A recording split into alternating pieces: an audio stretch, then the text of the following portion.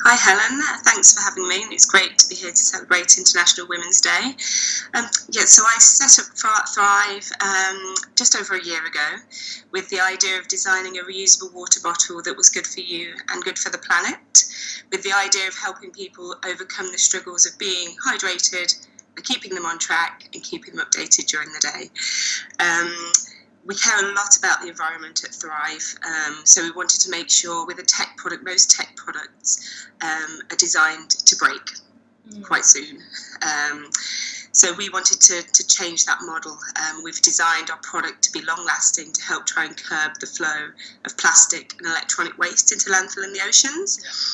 In a nutshell, we want people to drink well, waste less, for a healthier you and a healthier planet. It's been a long journey, but it's been fun. It's had some ups and downs. So I'm mum to Ella, who's 8, and she's in year 3, and Hattie, who's 4, and she started reception back in September. And we live here in London with their dad, my husband, Alistair. When Ella was, I think Ella was 2, I started a business, and you learn a lot from the first business you try and set up. It didn't work. Then I had Hattie and continued maternity leave. And Hattie so I started Thrive just over a year ago, but I've been in the process of about 2 years. So Hattie was about 2. Hattie was 2 and Ella was, I'll get that right, get my maths right. So were they sleeping better by that time? Hattie doesn't sleep well. She still doesn't sleep well. Ella sleeps very well. Hattie, she's still in our bed most nights. I found it's about adapting. I've just had to adapt. I can't force the child to sleep.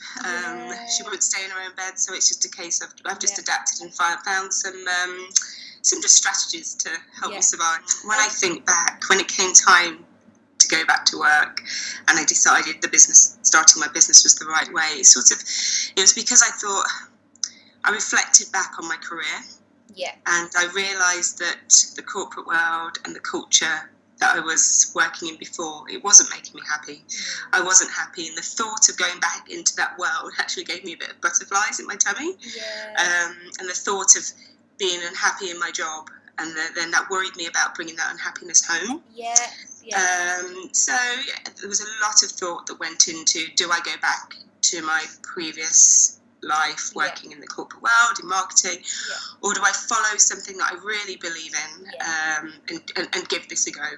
Because if I was to go back, I wouldn't then have started a business. I would have stayed there. And did that sort of happen almost was that like during when you were pregnant, or was it almost a kind of realization as soon as this little human arrived of, oh goodness, actually all of this really, really matters now? Yes, exactly. I felt like I was just on the normal corporate path. No real major career aspirations, goals.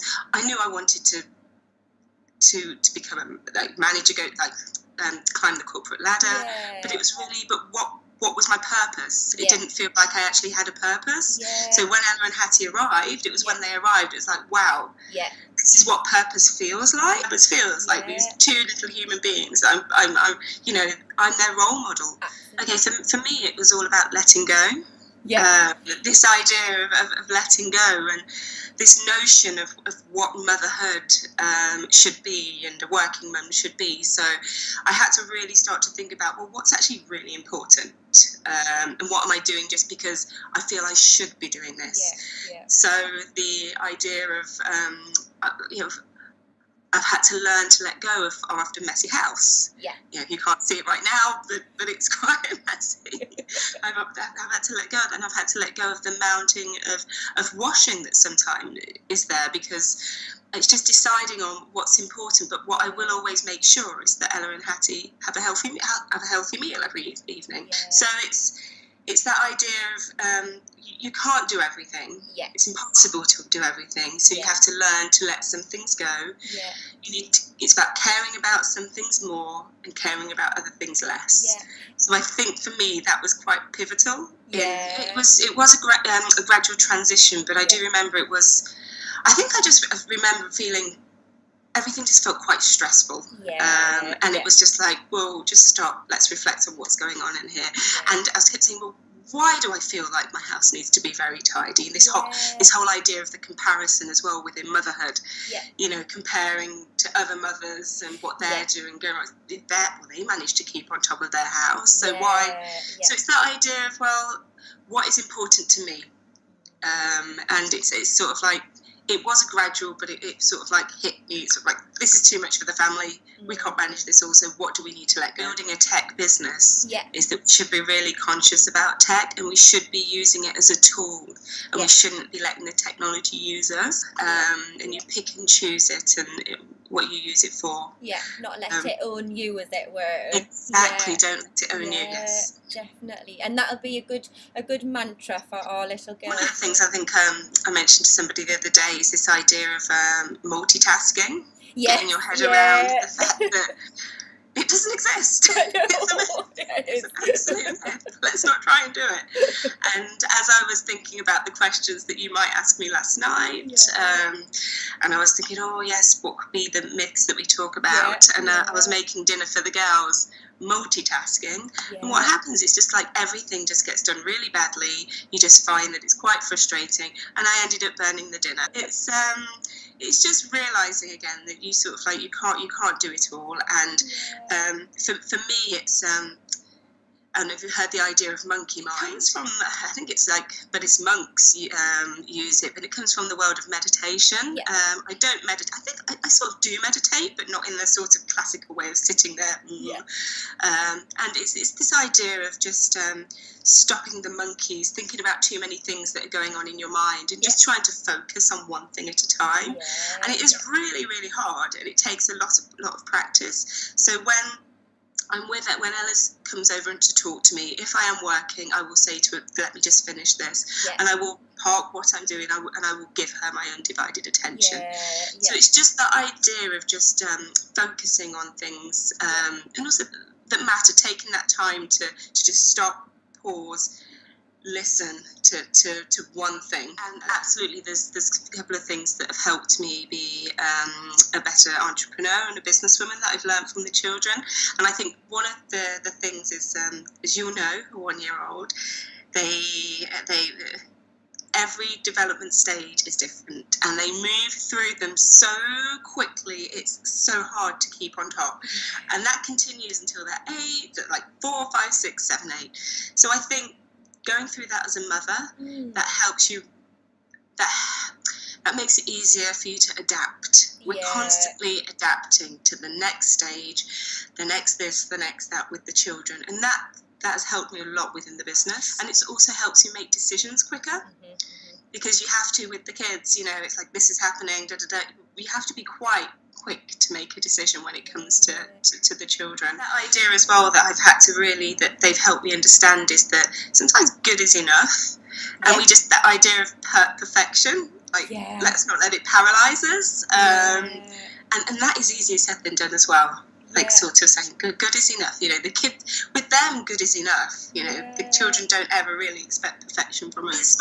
It's like in a way I'm sort of mimicking Ella and Hattie, you know, they've taught me to dream big, and try new things, and that's exactly what I'm doing within the business. So I would say they were totally an inspiration for starting this business, because I don't think I would have got here without them.